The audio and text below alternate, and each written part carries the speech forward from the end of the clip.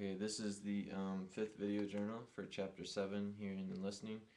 This chapter has kind of hits home more for me because this is part of my major, or it is like one of the main aspects of my major. It's what I want to go into for my career. That's audiology, is studying hearing, testing hearing, if there's problems with it, fixing it.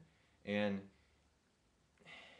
I don't think people understand that when we joke around that we can't hear somebody, or if we didn't hear what somebody said, we joke around about it like, oh, I couldn't hear you, so that must be why I didn't understand you.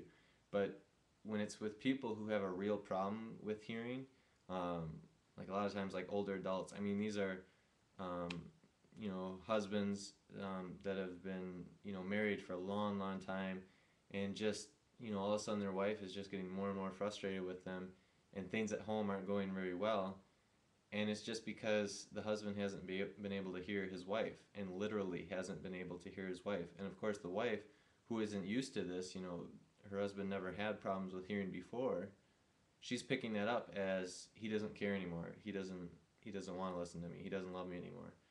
And it's like a major deal, and the husband just can't hear. And it can go vice versa. I mean, wives can be in this situation too, but it's just from what I've seen, like from observing, like it's so sad because I mean the husband is just so embarrassed and the wife is frustrated, but then when she finds out like how severe and how bad that this guy's hearing has gotten, she feels awful. She feels guilty. Like she's been yelling at this guy that he hasn't been listening and hasn't been caring for so long when literally he cannot physically hear her.